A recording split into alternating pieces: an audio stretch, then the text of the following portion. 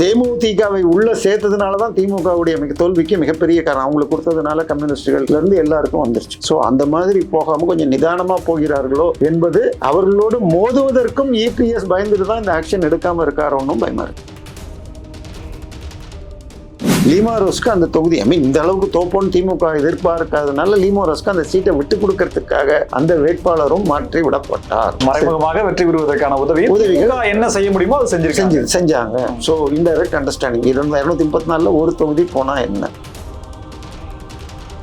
ஒரு 23 கம்பெனிகளில் ஒரே நாளில் அவருடைய மகள் டெய்சி மார்டின் நுழைக்கப்படுகிறார் டைரக்டராக. அதிலிருந்து ஒரு 2 மாதம் கழித்து திரு ஆதவ் அர்ஜுனா விசிகால போய் சேர்றார். ஸோ நேரடியாக அவருக்கு கம்பெனி எல்லாம் வைக்க வேணாம் அவர் பேர்லன்ட்டு. சபரீசன் சாரும் இவரும் நெருங்கிய ஃப்ரெண்ட்ஸ். கிட்டத்தட்ட பிரசாந்த் கிஷோர் பாண்டேயை சபரீசனுக்கு இன்ட்ரடியூஸ் பண்ணதே ஆதவ் அர்ஜுன் வெள்ளிவாக்கத்தில் போய் வெள்ளிவாக்கம் அந்த ஏரியின் இது ஆக்கிரமித்துள்ளவர்கள் நீர்நிலை பகுதி ஆக்கிரமிப்பை நீக்கக்கூடாதுன்னு போட்டதாக இன்னைக்கு பேப்பர்ல வரும். ஸோ கட்சியை அவர் கையில கிட்டத்தட்ட போயிடுச்சு.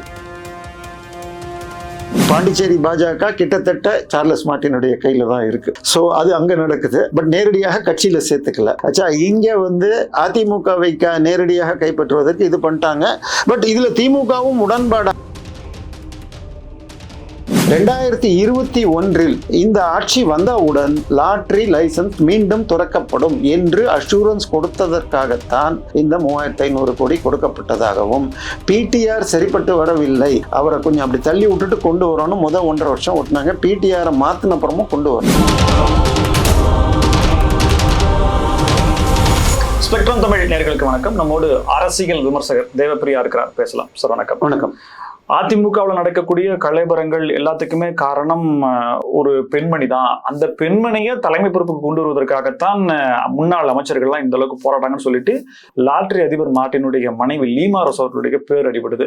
அந்த அளவிற்கான ஒரு பணபலம் அவர்கிட்ட இருக்கு. கிட்டத்தட்ட 4000 கோடி ரூபாய் அளவுக்கு லிக்விட் கேஷ், 15 கார்கள் கொடுத்தாங்கன்னு பல விஷயங்கள் யூக செய்திகளா வருது. இப்ப நடக்கிற விஷயங்களுக்கெல்லாம் அவங்க தான் காரணமா? இல்ல, அவங்க நீங்க சொன்னீங்கன்னா கிட்டத்தட்ட கடந்த 87 இருந்து இந்த வரைக்கும் அவங்க ஐடி ரிட்டர்ன்ஸ் இது ஐடியாக கட்டினதே 8000 கோடிக்கு மேல வந்திருக்கும். இதுல அது தவிர வருடத்திற்கு 25,000 கோடி ஜிஎஸ்டி கட்டுறாங்க. ஸோ நம்ம கிட்ட இருந்து வாங்கி. ஸோ அப்போ டர்ன் ஓவர் 4 மடங்கு 18% வச்சாலே 28% வச்சாலே உங்களுக்கு 1 லட்சம் கோடிக்கு மேல டர்ன் ஓவர் இன்னைக்கு எங்கேயோ பண்ணிட்டு இருக்காங்க. இல்லை, இது எல்லாம் தாண்டி இந்த ஆட்சி 2021 ஆட்சி திமுக வருவதற்கு 2019-21 ஆட்சிக்கு முன்னால இந்த எலெக்ஷன் பாண்டு தேர்தல் பத்திரங்கள்னு அதுல வெள்ளையாக கொடுத்தவங்க பேர் முன்னாடி சொல்லக்கூடாது, சுப்ரீம் கோர்ட் தீர்ப்புனால வெளியில வந்தது. அதுல திமுகவிற்கு 509 கோடிகளும் இது திரிணாமுல் காங்கிரஸுக்கு 530 கோடிகளும் இவங்க கொடுத்துருக்காங்கன்னு வந்துச்சு. ஸோ திமுக அது தவிர திமுகவுக்கு இன்னொரு 3000 ஸ்வீட் பாக்ஸ்கள் வரை கேஷ் ஆகவும் எலெக்ஷனுக்கு கொடுக்கப்பட்டது. ஏன்னா அவருடைய கலைஞருக்கும் திரு மார்டினுக்குமே மிகப்பெரிய நட்பு உண்டு. அவருடைய 2 படங்களை அவர் ப்ரொடியூஸ் பண்ணியிருக்கார். கலைஞருடைய படங்களை ப்ரொடியூஸ் பண்ணால் அவங்க பிஸ்னஸ் கொடுப்பாங்க, இல்லாட்டி சாராய லைசன்ஸ் கிடைக்கும். எஸ்என்ஜே அவர் எஸ்என் முருகன்கிறவருக்கு எஸ்என்ஜே லைசன்ஸ் கிடைச்சி சாராயம் அதனால தான் தயாரிச்சாரு. சன் டிவியை உடைச்சிட்டு அங்கிருந்து வெளியில வந்த சரத் ரெட்டிக்கும் சாராய லைசன்ஸ் கொடுத்தாங்க. ஸோ அந்த 2006-11 காலகட்டத்தில் கலைஞருக்கு நெருக்கமானவர்களுக்கு இந்த மாதிரி கிடைச்சதுன்னா அவங்க எவ்வளவு க்ளோஸ் தெரியும். ஸோ நேரடி க்ளோஸ் ஆக இருந்தவர்கள்.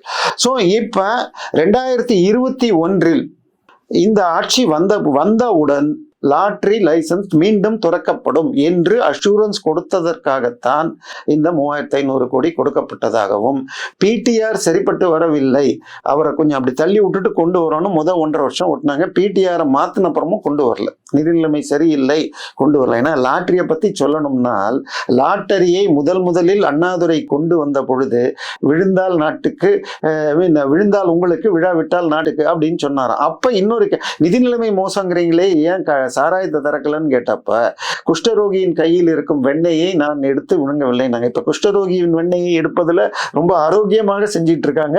ஆனால் லாட்டரியை கொண்டு வரல. நான் கொண்டு வரணும்னு சொல்லல.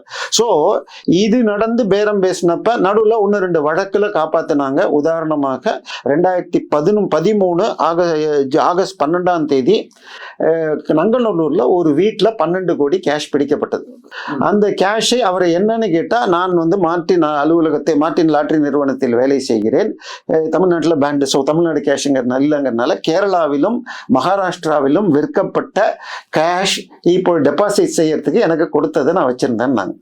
ஸோ இது அவர் நிறுவனம்னு சொன்னால் மார்டினுக்கும் போகுதுன்னா மார்டின் என்ன பண்ணுறார், ஒரு இதை கொடுத்து ஒரு அதுக்கு பேர் என்ன சொல்றது, அக்ரிமெண்ட் காப்பி கொடுத்து, அன்ரிஜிஸ்டர்ட் அக்ரிமெண்ட் ஸ்டாம்ப் பேப்பர்ல, இது என்னுடைய மனைவி பேரில் அண்ணா நகரில் இருந்த ஒரு சொத்துக்காக வாங்கிய அட்வான்ஸ் தான் அப்படின்னு சொல்லி ஜாமீனை பெறுகிறார். பட் ஜெயலலிதா அதை சீரியஸாக எடுத்துக்கிட்டு செக் பண்ண சொன்னால் அந்த ஸ்டாம்ப் பேப்பர் நங்கநல்லூர் வீட்டில் பிடிபட்டது 12ஆம் தேதி. சரியா, இவர் 1ஆம் தேதி டேட்ல வாங்கின ஸ்டாம்ப், 1ஆம் தேதி ஸ்டாம்ப் அக்ரிமெண்ட்னு அந்த ஸ்டாம்ப் பேப்பரை காட்டுறார். ஸோ போலீஸ் போய் செக் பண்ணால் ரிசர்வ் பேங்க்ல இருந்து கருவூலத்துக்கு வந்தது 9ஆம் தேதி. 13ஆம் தேதி அன்றுதான் அந்த ஸ்டாம்ப் வெண்டர் இதை விற்றதாக கொடுத்திருக்கார். ஸோ இது எல்லாமே பேக் டேட் பண்ணி இருக்குன்னு சொல்லி வழக்கு போட்டு அது பொய்ன்னு வழக்கு நடந்துட்டு இருக்கு. இந்த ஆட்சி வந்த பிறகு, திமுக ஆட்சி வந்த பிறகு ஆலந்தூர் கோர்ட்ல இந்த வழக்கை முடிப்பதற்கு அவர் கோரிக்கையை ஏற்று முடிக்கப்பட்டது. அதுக்கப்புறம் இடி அப்பீல்ல மீண்டும் ரெஸ்டோர் ஆச்சு. ஸோ ஏதோ உதவி பண்ணினாலும் லாட்டரியை கொண்டு வரல, அது கெட்ட பேர் வந்துரும்னு ஒரு பயத்துல பண்ணல. ஸோ ஒரு 3 வருடங்கள் முன்பாக கோயம்புத்தூர்ல ஒரு லயன்ஸ் கிளப் மீட்டிங்கின் போது பெரியவர் மார்டின் அவர்கள் இந்த ஆட்சியை மாற்றுவது என்னுடைய ஒரே லட்சியம் என்று இரவில் கிளப்பில் பேசியதாக ஒரு தகவல். திமுக ஆட்சி ஸோ 22-23 வாக்குலன்னு வச்சுக்கோங்க. இந்த பீரியட்ல அதன் பிறகாக அவருடைய கம்பெனிகள் ஒரு 50 கம்பெனிக்கு மேல பிரைவேட் லிமிடெடா வச்சிருக்காரு. அதுல ஒரு 23 கம்பெனிகளில் ஒரே நாளில் அவருடைய மகள் டெய்சி மார்டின் நுழைக்கப்படுகிறார் டைரக்டராக. அதிலிருந்து ஒரு 2 மாதம் கழித்து திரு ஆதவ் அர்ஜுனா விசிகால போய் சேர்றார். ஸோ நேரடியாக அவருக்கு கம்பெனிலாம் வைக்க வேணாம் அவர் பேர்லன்ட்டு மனைவி எத்தனையிலையும் கொண்டு போயிட்டு அவர் அங்கே போய் சேர்றார். அங்கே அதாவது அதுக்கு முன்னாடியே உங்களுக்கு இது திரு முன்னாள் சூப்பர் முதல்வராக இன்னைக்கு என்ன சொல்றது சபரீசன் சாரும் இவரும் நெருங்கிய ஃப்ரெண்ட்ஸு. கிட்டத்தட்ட பிரசாந்த் கிஷோர் பாண்டேயை சபரீசனுக்கு இன்ட்ரடியூஸ் பண்ணதே ஆதவ் அர்ஜுன். ஸோ அதை பண்ணி ஐபேக்குடைய சென்னை நிறுவனத்தை முதல்ல நிறுவி அதையோடு இயங்கிக்கிட்டு அதுக்கு ஈக்குவலண்டா பெண் நிறுவனத்தை ஆரம்பிச்சு அதோட சேர்ந்து இவரும் வாய்ஸ் ஆஃப் காமன் ஒன்று ஆரம்பிச்சிட்டார். திரு விஜய் அவர்கள் பதவியேற்க வந்த காரே வாய்ஸ் ஆஃப் காமன் பேர்ல ரிஜிஸ்டர் ஆச்சுன்னு வந்துச்சு. ஸோ இத்தனை நடந்த பிறகு அவர்களுடைய ஒரே லட்சியம் எப்படியாவது எம்பி ஆகணும். சரி, ஏன் இவங்க போட்டி போடுறாங்கிறதே எனக்கு ஆச்சரியமா இருக்கு. ஏன்னா பணம் கொடுத்து ராஜ்யசபா எம்பி வாங்குவது என்பது தொழிலதிபர்கள் ரொம்ப சர்வசாதாரணம். எம் ராமசாமி போய் பெங்களூர்ல போய் ஜனதா தள்ளியோ ஆனாரு. விஜய் மல்யா காங்கிரஸுக்கு பணம் கொடுத்து வாங்கியிருக்காரு. வீடியோகான் தூத் சிவசேனால வாங்கியிருக்காரு. தற்போது இது நம்ம ஆம் ஆத்மியில 7 பேர்ல 4 பேர் தொழிலதிபர்கள் பணம் கொடுத்து ராஜ்யசபா சீட்டை வாங்கியவர்கள். ஸோ பணம் கொடுத்து வாங்குறதுங்கிறது ரொம்ப சர்வசாதாரணமா நடக்கும். என்ன சார் அப்போ தொழிலதிபர்கள் வாங்குறாங்கன்னா ஒரு கிரேஸ்ல வாங்குறாங்களா இல்ல அதன் மூலமா தொழிலுக்கு ஏதாவது லாபம் கிடைக்குது? ரெண்டுமே நடக்கும். சோ அது மேல அழுத்தம் கொடுக்கறதுக்கு யூஸ் ஆகும், வழக்குகள் வராம இருக்கும். சோ இவங்க மேல ஏதாவது புகார் வந்து இவங்களை ரைடுன்ற வராது. அடுத்தது அவங்க எல்லா இடத்துக்கும் மேல இடக்கி நுழையறதுக்கு ஈஸியா இருக்கும் கான்டாக்ட்ஸ். சோ ஆனா இதை விரும்பாமல் இவர்கள் ஒரு பக்கம் திரு லீமா ரோஸ் அவர்கள் ஐஜேகேல துணைத் தலைவராக பல ஆண்டுகளாக தொடர்கிறார். இப்ப அதே கூட்டணியில மாறி இருக்காருன்னு வச்சுக்கோங்க. சோ இதுக்கு நடுவுல அதுக்கு யோசிக்க உடனே இது ஒருத்தன் விசிக மருமகன் விசிக மகனை பாஜகவில் சேர்க்க முயற்சி செய்தார்கள். நான் சொல்றது கிட்டத்தட்ட 21லயே இந்த முயற்சி நடந்தது. அப்பொழுது கிட்டத்தட்ட 21 முடிஞ்சதுக்கு அப்புறம் 22 வாக்குல நினைக்கிறேன் எல்முருகன் தலைவராக இருந்த பொழுது சேர்த்த பலரும் ரவுடிகள் அப்படிங்கிறலாம் தப்பு பண்ணா பிஜேபிக்கு சேரலான்னு வந்து அண்ணாமலை காலத்தில் அது நிறுத்தப்பட்டது. அதனால தமிழகத்தை சேர்ந்த ஒரு பாஜக தலைவர் வேறொரு மாநில கவர்னராக இருந்த பொழுது ஜார்க்கண்ட்லயோ எங்கேயோ போய் இவர் பிஜேபியில சேர்ந்தார். அங்கிருந்து அரசியல் பண்ண முடியாதுன்னு தமிழ்நாட்டுக்கு ஒத்துக்கலன்னு சொல்லி கடைசியில பாண்டிச்சேரியில வந்து சார்லஸ் தனியாக லட்சிய ஜனதா கட்சின்னு ஒன்று ஆரம்பிச்சு வச்சு இப்போ ஒரு எம்எல்ஏ ஜெயிச்சிருக்காரு. ஸோ அவருடைய அல்டிமேட் கோல் இப்ப அவருக்கு மந்திரி கொடுக்கணும். அதுல மந்திரி சபை சிக்கல்னு இன்னைக்கு காலையில பேப்பர்ல இருக்கு. ஸோ பாஜக கொடுக்குற மந்திரி சபை லிஸ்ட்ல அவருக்கு ஒன்று ஒதுக்கணும் அப்படின்னு. ஈவன் பாஜகவை சேர்ந்த ஜான்குமாரும் அவருடைய சிஷ்யன்பாங்க. ஸோ தமிழ் இது பாண்டிச்சேரி பாஜக கிட்டத்தட்ட சார்லஸ் மார்டினுடைய கையில தான் இருக்கு. ஸோ அது அங்க நடக்குது. பட் நேரடியாக கட்சியில சேர்த்துக்கல. ஆச்சா, இங்க வந்து அதிமுகவை நேரடியாக கைப்பற்றுவதற்கு இது பண்ணிட்டாங்க. பட் இதுல திமுகவும் உடன்பாடா? உண்மையா சார்? நீங்களே சொல்றீங்க அதிமுக கைப்பற்றுவதற்கான முயற்சியில அவங்க இறங்குறாங்களா? இல்ல, நான் இங்க வரேன். இதுல திமுகவுக்கும் உடன்பாடு இருக்கான்னா என்ன பிரச்சனைன்னா, நான் பிறந்த ஊர் லால்குடி. சரியா? லால்குடியில இவங்க வேட்பாளரா இறங்குறாங்க.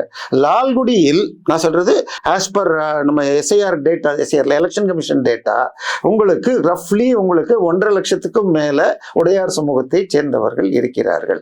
கடந்த 25 வருடமாக 2011 நேரு தோற்ற பொழுது கூட லால்குடி வெற்றி பெற்றார்கள் திமுக. அப்பொழுதெல்லாம் 5 முறையாக MLA-வாக இருக்கிற சவுந்தரராஜன் என்ற அந்த உடையார் நீக்கப்பட்டு இந்த முறை வேறொருவர் போடப்பட்டார். சோ லீமாரோஸ்க்கு அந்த தொகுதி இந்த அளவுக்கு தோப்போன்னு திமுக எதிர்பார்க்காதனால லீமாரோஸ்க்கு அந்த சீட்டை விட்டு கொடுக்கறதுக்காக அந்த வேட்பாளரும் மாற்றி விடப்பட்டார். மறைமுகமாக வெற்றி பெறுவதற்கான உதவிகள் என்ன செய்ய முடியுமோ அது செஞ்சாங்க. So indirect understanding. 234 ஒரு தொகுதி போனா என்ன, கட்சியில திமுக கிட்டத்தட்ட 2 தொகுதி தான் ஜெயிச்சது. திருச்சியில சரியா, மணச்சநல்லூரும் இவரும் தான் ஜெயிச்சிருக்காரு நினைக்கிறேன். மீதி 7 போயிடுச்சுன்னு நினைக்கிறேன். ஸோ இதுதான் நேருவும் தான் ஜெயிச்சிருக்காங்க. ஸோ அவங்க இங்க பதவி ஏற்றுட்டாங்க. இன்னொன்னு, அவங்க ஓப்பனாவே பேட்டியில் சொன்னாங்களா, நான் பார்க்கல, நாங்க இது லைசன்ஸ் இது லாட்ரி இன்னைக்கும் கேரளால போனா லாட்ரி இருக்கு, வண்டியில தட்டிக்கிட்டு நடுகிடு திட்டமா ஏதோ சொல்லுவாங்க இதுக்கு குழுக்கள்ங்கிறதுக்கு. ஸோ பலமுறை நானே பார்த்துருக்கேன். ஸோ இங்கே ஓப்பன் பண்றாங்க. சரி, லீகலா தப்பு இல்லைன்னா ஒரு நம்பர் லாட்ரிலாம் தான் தப்பு இல்லை. மற்ற லாட்ரிகள் இன்னைக்கும் பூட்டான் லாட்ரி போன்றவை இங்கும் பார்டர்ல வைக்குது. கோயம்புத்தூர்லயோ கன்னியாகுமரியில போத்தா கிடைக்குது. சரியா? ஸோ மெட்ராஸ்ல அவ்வளோ கண்ணில் படலை. ஸோ இது நடக்கும். ஸோ இவங்களை பொறுத்த வரைக்கும் ஒரு ஆண்டுக்கு இவர்கள் ஜென்ரேட் பண்ணுகிற கேஷே ஒரு சில 1000 கோடிகள் வரும். ப்ராஃபிட் மட்டுமே நான் சொல்றது லீகலாக வெள்ளையாக ஆஃப்டர் டாக்ஸ் ப்ராஃபிட் 1000 கோடி வரும். ஸோ இவர்களுக்கு பதவிகள் முக்கியம். ஸோ அதனால ஒன்று இப்பொழுது லாட்ரி ஓப்பன் பண்ணலாம். நிதி நிலைமை மோசம்னு சொல்லிட்டு கொடுக்கலாம். அடுத்தது என்னதான் பேசுறதுன்னே இல்லாமல் நேற்றைக்கே ஆதவ அர்ஜுன் வெள்ளிவாக்கத்தில் போய் வெள்ளிவாக்கம் அந்த ஏரியின் இது ஆக்கிரமித்துள்ளவர்கள் நீர்நிலை பகுதி ஆக்கிரமிப்பை நீக்கக்கூடாதுன்னு போட்டதாக இன்னைக்கு பேப்பர்ல வருது. ஸோ கட்சியை அவர் கையில கிட்டத்தட்ட போயிடுச்சு. பதவி ஏற்கும் பொழுதே முதலில் பதவியேற்றது ஜோசப் விஜய், 2வதாக பதவியேற்றது புஷி ஆனந்த், 3வது இவர் தான். ஆனால் இவர் பதவியேற்கிறப்ப அதுக்கு பேர் என்ன சொல்றது, செங்கோட்டை நின்றபோது நின்று கொண்டே இருந்தார் விஜய் மரியாதையாக. இவருக்கு அதெல்லாம் கூட பண்ணல. ஆனால் 3வது இவருக்கு அப்புறம் தான் மற்றவர்கள். ஸோ கட்சியிலையும் ஹைரார்கியை அவர் பிடிச்சிட்டாரு. இவருடைய கார்ல தான் விஜய் வந்துட்டார். ஸோ தமிழ்நாட்டை தங்கள் கையில் கொண்டு வருவது என்பதில் அவர்கள் தெளிவாக இருக்கிறார்கள். ஆனால் அதை தடுக்க மத்திய அரசு என்ன பண்ண முடியும்? வழக்குகள் ரொம்ப தெளிவா இருக்கு. அதாவது ஒரு பேச்சுக்கு நான் சொல்றேன், நீங்க இந்த சாதாரண லாட்டரின்னு வச்சுக்கோங்க, முதல் பரிசு 5 கோடி, 2ஆம் பரிசு 1 கோடி, 3ஆம் பரிசு 50,000 3 பேருக்கு அப்படின்லாம் அந்த காலத்துல வரும். அப்ப மொத்த பிரைஸ் 8 கோடி, பிரிண்டிங் மார்க்கெட்டிங் எக்ஸ்பென்ஸ் 1 கோடி, 10 கோடி ரூபாய்க்கு அவங்களுக்கு கவர்மெண்ட்டுக்கு நீங்க கட்டணும். நீங்க அடிக்க வேண்டியது 8 ஆனால் இவர்கள் 50 கோடிக்கு அடிச்சுட்டு இது மாதிரி 4000 கோடிக்கு மேல ஏமாற்றியதாக வழக்குகள் இருக்கிறது. இவர்கள் கேரளாவில் ஏமாற்றினார்கள்னு வழக்கு 2006-11 காலகட்டத்தில் நடந்த பொழுது இவர் தரப்பு வழக்கறிஞராக அப்பொழுது அடிஷனல் அட்வொகேட் ஜெனரலாக இருந்த PS ராமன் ஆஜராக அன்றைய ஆளுங்கட்சி எதிர்க்க அப்புறம் வாபஸ் வாங்கினார் கலைஞர். ஸோ அந்த தொடர்பு அன்னிலிருந்து இன்னைக்கு வரைக்கும் 2 கட்சிக்கும் இருக்கு. ஸோ இப்பொழுது கண்டிப்பாக ஆட்சி தன் கையில் வர வேண்டும் என்பதை அவர்கள் இருப்பார். பட் விஜயை விட்டு தர முடியாது. இன்னைக்கு அவருடைய மாஸ் அதிகமாக இருக்கிறது. ஸோ அதிமுகவில் இன்னொன்று நேற்றுக்கு 26 பேர், அதாவது இவரோட CV சண்முகம் மற்றும் வேலுமணி தரப்பில் போன அத்தனை பேருடைய பதவிகளும் பிடுங்கப்பட்டது. ஆனால் லீமாரோஸ் பேர்ல எந்த ஆக்ஷனும் எடுக்கல. ஸோ அவர்களும் தேர்தலுக்கு ஏதாவது ஸ்வீட் பாக்ஸ்கள் எத்தனை கொடுத்தாங்கன்னு நமக்கு தெரியாது. சோ இப்ப 3 SP வேலுமணி டீம்ல இருக்காங்க. அதான் 3 கட்சிகள். அதான் அதாவது அவங்க எலெக்ஷனுக்கே கிட்டத்தட்ட 1000-1500 ஸ்வீட் பாக்ஸ் வரைக்கும் சொல்றாங்க. இது நேரடியாக நான் எங்கேயும் படிக்கல. சரியா? சோ அதனால இந்த கட்சியை எந்த கட்சியும் வாங்கும் சக்தி உள்ளவர்கள் அவர். கட்சியை வாங்கும் சக்தி, அவ்வளவுதான். வாசகம். வாங்கும் சக்தி உள்ளவர்கள், அவ்வளவுதான் இது. அதனால சார் ஏன் சார் இப்ப தேமுதிகவை அந்த காலேஜ் இது பண்ண முடிஞ்சுட்டு அதுக்கப்புறம் இவர் பிடிச்சி கட்சியில தேமுதிகவை உள்ள சேர்த்ததுனாலதான் திமுகவுடைய தோல்விக்கு மிகப்பெரிய காரணம். அவங்களுக்கு கொடுத்ததுனால கம்யூனிஸ்டுகள்ல இருந்து எல்லாருக்கும் வந்துருச்சு. ஸோ அந்த மாதிரி போகாம கொஞ்சம் நிதானமா போகிறார்களோ என்பது, அவர்களோடு மோதுவதற்கும் இபிஎஸ் பயந்துட்டு தான் இந்த ஆக்ஷன் எடுக்காம இருக்காரோன்னும் பயமா இருக்கு. ஸோ கண்டிப்பாக அனைத்து வழக்குகளையும் நான் தான் சொல்லணேன் விஜய்க்கு பட் விஜய் இவர் பேர்ல போடுவாருங்கிறதுல எனக்கு நம்பிக்கை இல்லை. இன்னும் சொல்ல போனால் விஜயுடைய இது நோக்கம் ஆம் ஆத்மி கட்சியும் சத்தீஸ்கர்லயும் பண்ணது என்னன்னா பிரைவேடைசேஷன் ஆஃப் டாஸ்மாக். அதாவது இது ஜெயலலிதா எம்ஜிஆர் 84, 88 ஆட்சியின் போது முழுமையாக சாராயத்தை இது வழியா பண்ணாங்க. பட் கருணாநிதி பிரைவேடைஸ் பண்ணார். அதன் பிறகு டாஸ்மாக் என்பதையும், அது மாத்திரம் இல்ல 89, 96 அந்த 91 காலகட்டத்தில் அந்த 1.5 வருஷத்துல ராமச்சந்திரா மெடிக்கல் கல்லூரியையும் நேஷனலைஸ் பண்ணி தமிழ்நாடு மெடிக்கல் ஏதோ போட்டு தாமரைன்னு பேர் வரா மாதிரி, பில்டிங் மேல இருந்து பார்த்தால் எம்ஜிஆர்னு வரா மாதிரி பண்ணியிருந்தார். அதையும் மாற்றப்பட்டதும். ஸோ அதன் பிறகு உடையார் முழுமையாக அவர் ஒரு குழுவை வைத்துக்கொண்டு தமிழகத்தின் மிகப்பெரிய இது லீகல் பிரெயின்ஸை வச்சு இந்த டாஸ்மாக் சட்டத்தை உருவாக்கினார். அதே போல ட்ரஸ்டுகளை அரசால் எடுக்க முடியாதுங்கிற சட்டங்களை உருவாக்கினார். அதுக்கப்புறம் ராமச்சந்திரா எடுக்கிறத மீண்டும் கலைஞர் வந்தப்போ பண்ணல. ஸோ அப்படியெல்லாம் செஞ்சு கூட இப்ப டாஸ்மாகை மீண்டும் தனியார் மயமாக்க வேண்டும்ங்கிறதுல தான் இவருக்கு அந்த செந்தில் பாலாஜி இருந்த அந்த துறையை இப்பொழுது ஆதவர்ஜென்ட்டா இருக்கு. கிட்டத்தட்ட பிடிஆர் சொன்னது சரி என்று எடுத்துக்கொண்டால் வருடத்திற்கு 60,000 66,000 99,000 தனியார் பாக்கெட்டுக்கு போகுது. இன்னைக்கு நீங்க டாஸ்மாக் வெப்சைட்ல போய் சப்ளையர்ஸ் என்று பார்த்தால் 12 நிறுவனங்கள் பெயர் கூறுகிறது. அவற்றில் ஒன்று மோகன் புரூரிஸ்னு ராமச்சந்திரா உடையார் குரூப். இது அவர்களே தான் இப்பொழுது மிடாஸ் நிறுவனத்தையும் சசிகலாவிற்கு சொந்தமான மிடாஸை லீஸ்ட்ல எடுத்து நடத்துறாங்க. இதை தாண்டி பன்னாரியம்மன் சுகர்ஸ் குரூப்புக்கு சேர்ந்து சிவா டிஸ்டிலரிஸ்னு ஒன்று கோயம்புத்தூர்ல இருக்கு. மீதமுள்ள 9 நிறுவனங்களும் திமுகவின் மிக நெருக்கமான டிஆர் பாலு, SNJ இப்படிப்பட்டவர்கள், ஜெகத் ரட்சகன். ஸோ 80% இப்ப அங்கிருந்து தான் வாங்குறாங்க. இப்ப நேத்தைக்கு தமிழ் ஹிந்துலயே என்னமோ ஆந்திராவை சேர்ந்த ஒரு நிறுவனமும் கொஞ்சமா இப்ப சப்ளை பண்ணிக்கிட்டு இருக்கு.